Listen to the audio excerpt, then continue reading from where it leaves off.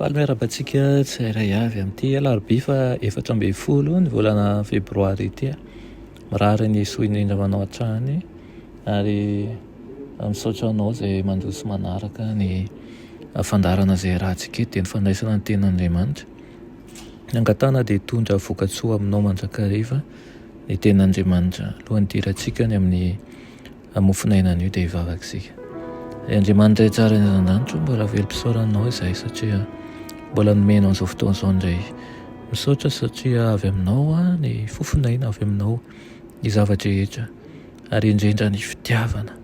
Ianao mamposaka izany aminay ahafahany mizara amin'ny hafa. Angataka aminao izahay mba hikolokolo azy ireny ihany koa. Ampiasa azy araka ny sitraponao. Voninkenanao izahay ao fa mitenena fa voniny andray anao ihany koa. Amin'ny anaran'i Jesosy, amen. Lohatenin'ny mofinainantsika androany dia manao hoe ny fitiavana dia fanasitranana. Naraina amin'ny Jaona 1:4-7 manao hoe ry malala, aoka hifankatia isika fa avy amin'Andriamanitra ny fitiavana. Izay rehetra tia no nateraka Andriamanitra sady mahalala an'Andriamanitra. Amen. Araka ny fomba fijery kristianina dia hery ny fitiavana. Tafiditra ao anatin'izany foto-kevitra izany ny hery ara-tsaina sy ny hery ara-panahy.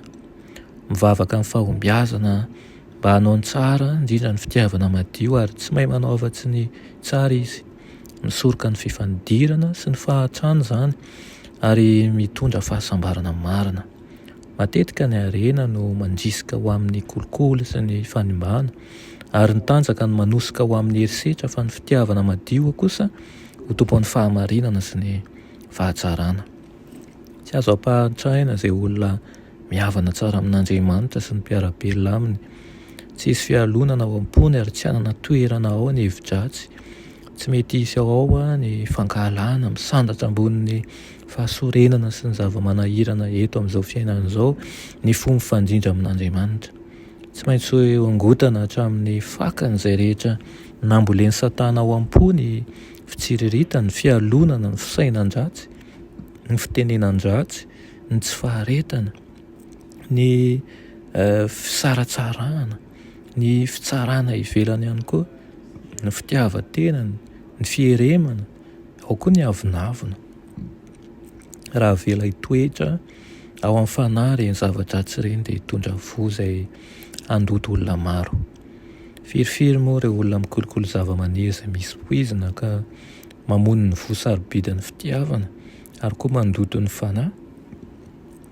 Ilay fitiavana mikoriana voapon'i Kristy irery ihany no manasitrana. Ilay tokana hikoriana izany fitiavana izany ihany tahaka ny ranon-kazo ao anatin'ny hazo sy ny rà ao anatin'ny vatana no mahay manasitrana ny ratra-panahy. Manana hery mahagaga ny fiasan'ny fitiavana satria avy amin'Andriamanitra izany.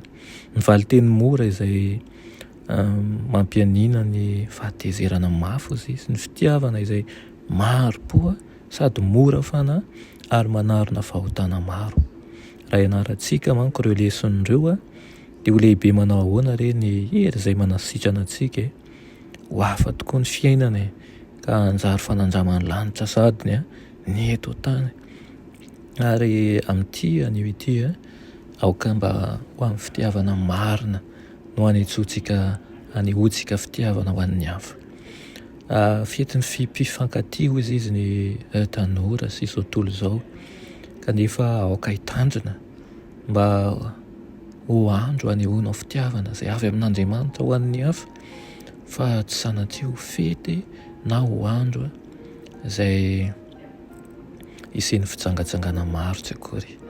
Aoka ny fitiavana haneho fikolokoloana, aoka ihany koa hitsimbona ny hafa izany fitiavana izany, aoka ihany koa mahatonga ny sasana haro-po sy ho mora fanahy ary tsy misy ilay be fitiavana mihoatra an'Andriamanitra aoka hiavana aminy isika.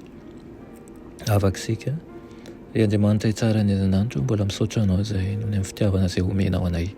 Ampio izay kolokolo izany, ampio izay hampiatra izany amin'ny hafa ary aoka tsy anakirebirebe ny ratsy ka novy izano fitiavana ara-nofo ery ihany ka ahay hitondra ny tenanay araka ny sitraponao aminaran'i Jesosy. Amen.